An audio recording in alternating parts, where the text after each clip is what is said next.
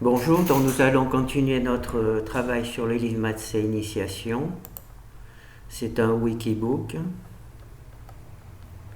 Alors on est dans l'analyse 3, le centre de masse d'une plaque non homogène. Alors comme d'habitude, je vous laisse sélectionner la bibliothèque. Nous allons commencer par le premier exemple.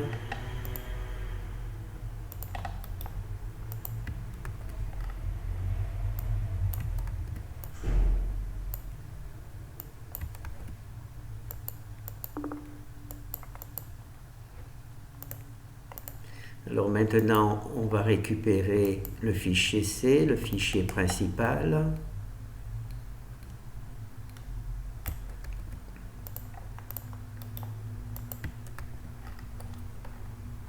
Alors FA, FA, FA, donc c'est bon, on peut y aller.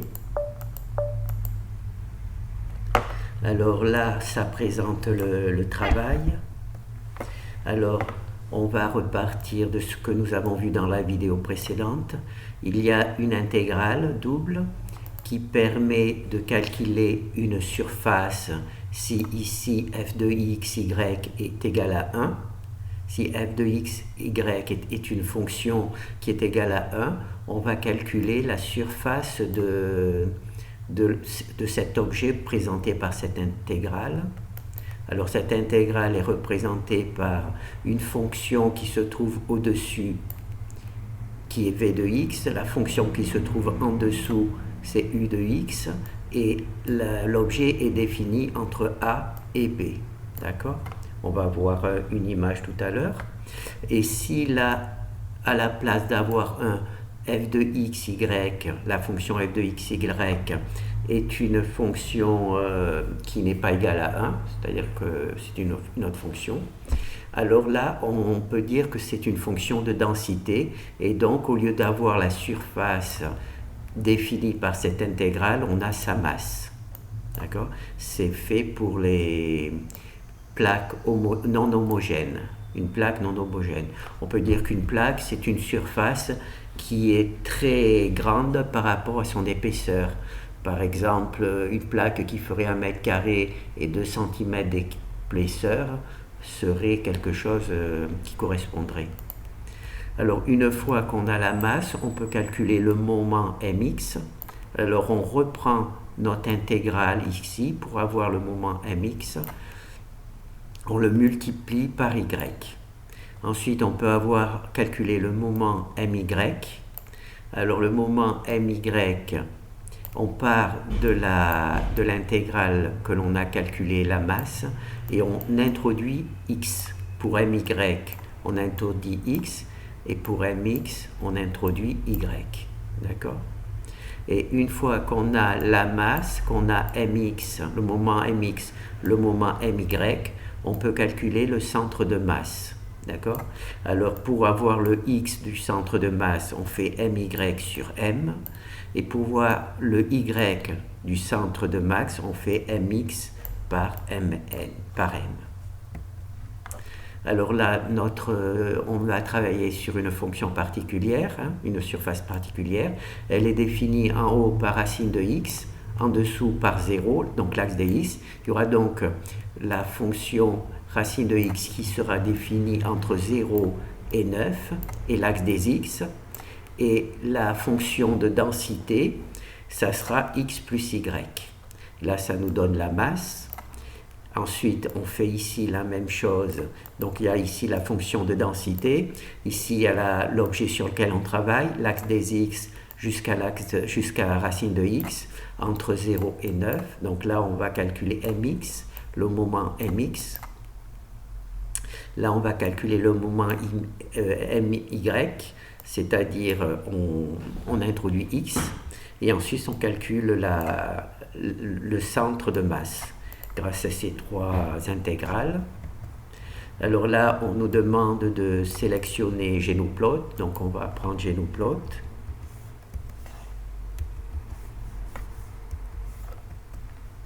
Alors c'est ici, donc on voit au-dessus, il y a la fonction racine de x entre 0 et 9. Et ici, on a donc calculé notre centre de masse. D'accord?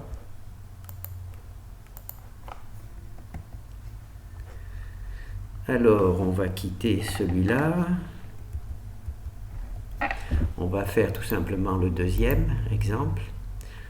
Alors, le deuxième exemple, c'est le B.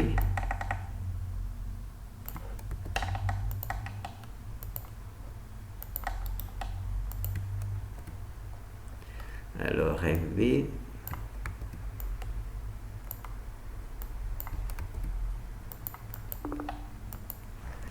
Alors, ici, il y a la fonction f de x, c'est la fonction qui matérialise la densité. Alors, elle est égale à x, hein, et ici, c'est sa chaîne de caractères. Alors, u, c'est la fonction qui se trouve en bas. Là, c'est log de x. V, c'est la fonction qui est la fonction inférieure. U, c'est la fonction, V, c'est la fonction supérieure, c'est la fonction exponentielle avec sa chaîne de caractères. Là, on a la fonction xf, c'est-à-dire la fonction où on a multiplié par x la fonction f. Là, c'est la fonction yf, c'est-à-dire on a multiplié par y la fonction f. La fonction f, c'est x tout seul. La fonction f, c'est la fonction qui est au centre. Donc là, on a FA, là, on a FB, donc il faut récupérer le fichier de commande, le fichier C, fichier principal. Voilà, donc on y va. Alors là, il y a la présentation que je vous ai fait. Alors, bon, ben là, on va passer directement. Donc, il y a la fonction U, la fonction U, la fonction V. Alors, ici, on veut calculer la masse. Donc, au début, on calcule la surface en mettant un 1 ici. Hein. Là, on calculerait la surface. Ici, on met la fonction qui matérialise la densité. Donc, c'est f de x. Pour nous, c'était x. Hein. On a vu la fonction ici. F, c'est x. Voilà. Alors, en résolvant cette intégrale, on obtient la masse. Une fois qu'on a résolu cette intégrale, on en fait une copie, on la met ici, et on calcule le moment x en introduisant l'y au niveau de la fonction de densité. D'accord? Ensuite, on récupère encore une copie de la fonction de l'équation qui nous permet de calculer la masse. On la met ici et on introduit pour calculer le moment y un x. Et on obtient donc my. Et une fois qu'on a m, la masse, le moment mx, le moment my, on peut calculer le centre de masse. Alors, x c'est my sur m et y c'est mx sur m. Alors là, c'est notre cas particulier, d'accord? Alors, la fonction du dessous, c'est log de x, celle supérieure, c'est exponentielle de x. On travaille entre 1 et 2, d'accord? Et notre fonction de densité, f, xy, c'est x, hein, notre fonction de densité. Donc elle est matérialisée ici. Donc ici ensuite on va calculer mx en introduisant y. Ici on va calculer le moment my en introduisant x. Et ici on va utiliser le contenu du dessus pour calculer le centre de masse. Alors là il nous demande d'ouvrir Genoplot.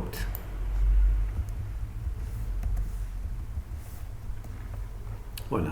Donc on a la fonction du dessus qui est la fonction exponentielle, la fonction du dessous qui est la fonction logarithme. C'est bien ça, hein?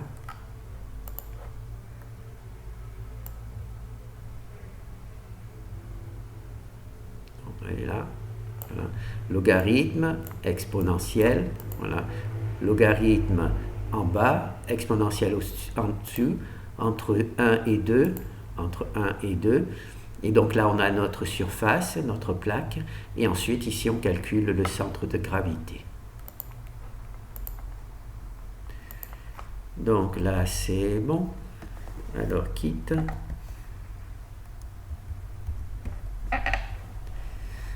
Alors, maintenant, on va faire le troisième.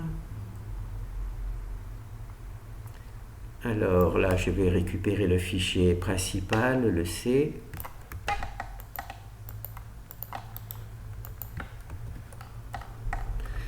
Alors ici, il y a C, ici, il y a B, donc ça ne va pas. Ici, il y a B, ça ne va pas. Donc, il faut récupérer le fichier C. Voilà, c'est celui-là.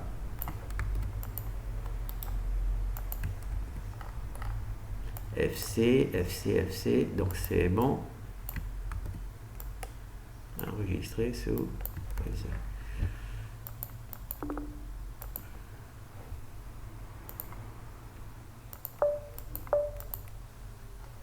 Alors là, il y a les explications. Alors, on repasse dessus. Donc ici, on a notre intégrale de surface si f de x est égal à 1. Ça devient la masse si f de x est la fonction de densité, hein, qui nous indique quel est le poids en chaque point, comment varie la masse de l'objet en chaque point. Hein, c'est la fonction f de x. Alors là, une fois qu'on a calculé la masse, on va calculer le moment mx. Pour calculer le moment mx, on prend l'équation de la masse et on la multiplie par y pour avoir le moment mx.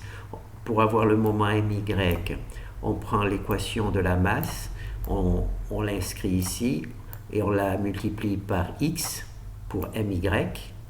Et ensuite, on peut calculer le centre de masse en utilisant pour les coordonnées de x, my sur m, et pour les coordonnées de y, mx sur m. Alors là, notre fonction, c'est 1 sur cosinus de x, d'accord, l'inverse de cosinus, et l'autre valeur, c'est 1 demi, voilà, 1 sur cosinus de x, c'est 1 demi. Alors, et on travaille, normalement, c'est entre moins pi4 et plus pi4, d'accord? C'est les bornes d'intégration, voilà. Alors, ici, comment ça s'appelle? La fonction de densité C4, ça veut dire que notre équation est homogène. On aurait donc pu utiliser l'intégrale simple pour calculer sa masse, puisque la densité est homogène, elle est 4 km², hein, on pourrait dire 4 km². Donc là, on a calculé le moment mx, donc on prend l'équation de la masse, on multiplie par y. Là, on a calculé le moment my, donc on prend l'équation de la masse, on le multiplie par x, et on a le moment my. Et ensuite, ici, on a le centre de masse. Alors, le centre de masse, c'est pour les x, my sur m, et pour les y, c'est mx pour truc. Donc, un moyen mémotechnique de se rappeler, c'est quand il y a mx ici, on introduit y dans l'équation de la masse. Hein. Quand on a le moment my, on introduit x dans l'équation qui nous permet de calculer la masse, d'accord? Et donc ça fait mx, my, mx. Et pour le centre de masse, les points, c'est exactement la même chose. Pour avoir le point x du centre de masse, on utilise le moment my sur m. Et pour obtenir le point y du centre de masse, on utilise mx. Donc il y a yx et x, y. Donc on voit que c'est truc. Alors ici, on nous demande d'ouvrir GNUplot.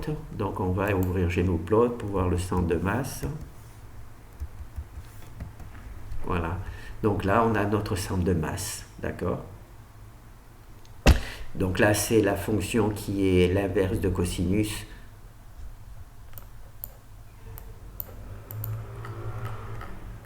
Voilà.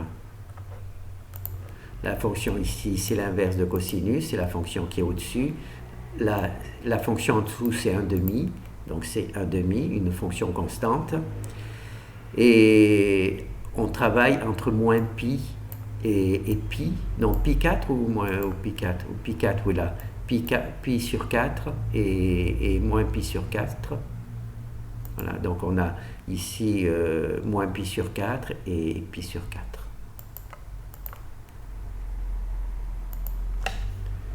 Voilà. Alors, quitte. Ah non, quitte. Voilà. Donc, on a vu à peu près tout ce qu'il fallait. Il n'y a rien de particulier. Donc, il y a la fonction ici qui permet de calculer les intégrales doubles. Ça, on a vu ça dans les vidéos précédentes. Et là, il y a la fonction graphique. On va juste voir la fonction graphique un petit peu. Alors, elle s'appelle KG, ou elle est K. Voilà, KG. Alors, elle s'appelle KGUV parce qu'elle dessine ces fonctions graphiques, elle dessine U et V, hein, les fonctions qu'on a vues. Alors, ici, on crée le fichier mainplot. Alors, mainplot.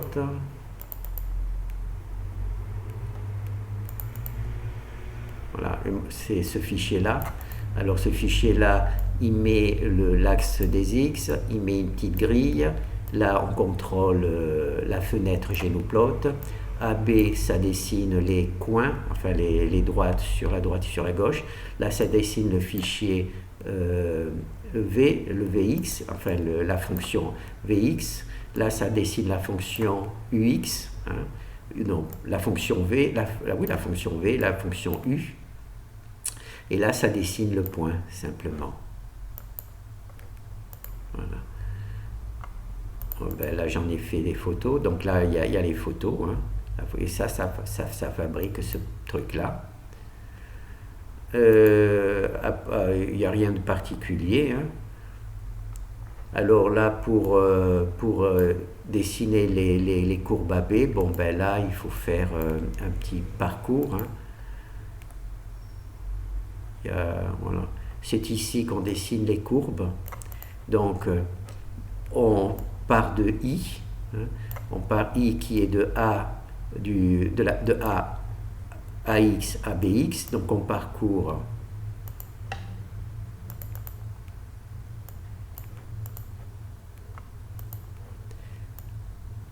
là, c'est la fonction qui dessine la fonction V. Alors, on part de AX jusqu'à BX. AX, c'est naturellement les bornes de l'intégrale. Donc, AX, c'est ici et BX, c'est ici. Donc, on va dessiner toute la courbe. Donc, ici, c'est pour les X et ici, c'est pour le nom de la fonction. Donc, ça, c'est pour la fonction V, celle qui est au-dessus. Et là, c'est la même exactement, mais au lieu d'appeler la fonction V, on appelle la fonction U. D'accord ? On appelle la fonction U et on fait truc. Et cette chose-là produit un ensemble de points, une liste de points. Et cette liste de points, alors pour V, pour U, c'est celle-ci. Voilà, là vous avez la fonction V, non la fonction U. Et comme elle est toujours égale à 0,5, donc on a toujours 0,5. Et là, il y a la fonction V. Et là, ça nous donne l'inverse de cosinus, puisque notre fonction, je crois que c'est l'inverse de cosinus. Voilà. Donc ces deux codes construisent un fichier qui s'appelle UX et VX, que l'on fait lire à partir de la commande ici que l'on a créée. Voilà, ici, on demande à ce qu'on affiche Vx et ici qu'on affiche Ux. Pour le point, c'est la même chose. Hein. On récupère dx et dy. Dx, c'est ici. Hein, c'est le d ici, le d ici, le d ici. C'est une structure de points, donc il y a d et dx. Alors, pour le x, c'est le moment y sur m. Le moment y sur m, c'est l'adresse du x. Et pour le y, c'est le moment m de x sur m, m de x sur m. Et donc comme ça, on introduit ici dans D, dans la structure D. Ici, il y a la structure D qui rentre dans la fonction. Et donc ici, on affiche dx, dy, c'est-à-dire qu'on affiche le point. Ce point-là va se retrouver ici. Voilà. Il se retrouve ici, il se retrouve dans un fichier. Et ce fichier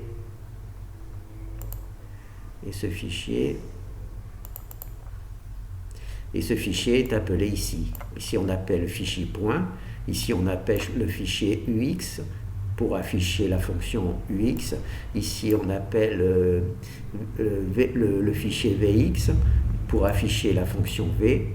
Et ici, c'est AB pour afficher les deux côtés qui matérialisent les deux côtés du dessin ou de l'intégrale. Voilà. Donc là, on a vu la fonction truc.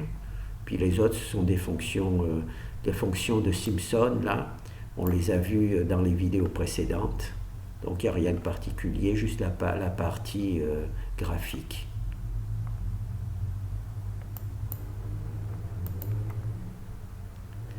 Bon, ben c'est bon. Hein. Je crois qu'on a vu à peu près tout ce que je voulais montrer.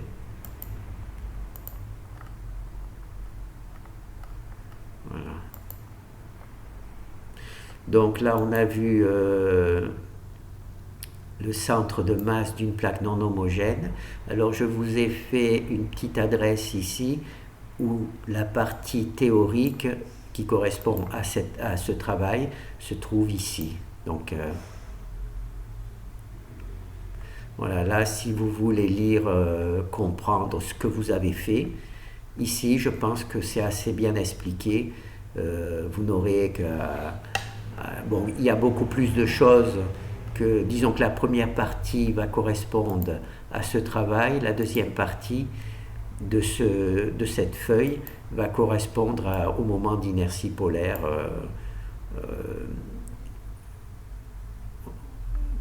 que l'on va voir dans la prochaine vidéo. Merci.